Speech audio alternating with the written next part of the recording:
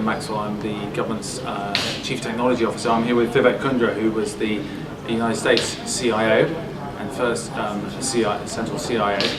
We've actually come here today because there's a workshop around the corner behind us with 40 small, medium businesses, a judge, and the question, what do we do about digital courtrooms in the future? The reason we're doing it here, Level 39 is an innovation space, as you might notice around us. It's on the 39th floor of Canary Wharf, and it's a great space to be able to sit down and talk about and workshop solutions that are new and technically advanced.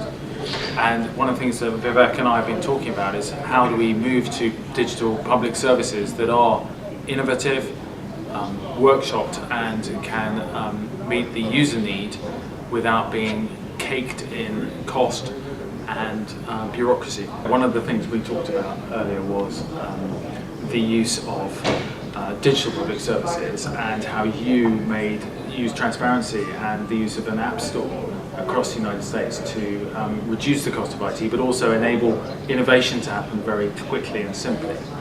Would you like to talk a bit about that? Sure. First of all, thanks very much for having me here.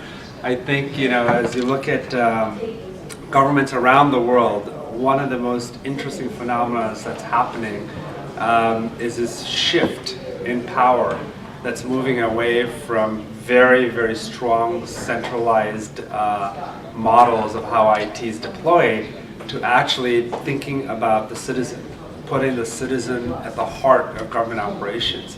And Liam, I think what you guys are doing is actually amazing. As we talked about how you identified 49 key processes that make up, frankly, majority of how government interacts with its people, and streamlining those processes and doing it in a very citizen-centric model. So in the US, back to your question, I realized that one of the ways that you're able to drive better outcomes for your citizens was to actually shine a very, very bright light on government operations and then use technologies, platforms, because now we live in a world where it's very much around ecosystems. And how do you get not the traditional IT players who frankly have a PhD in how the procurement process works, but how do you get the startup companies, the small businesses, that are actually at the vanguard of innovation?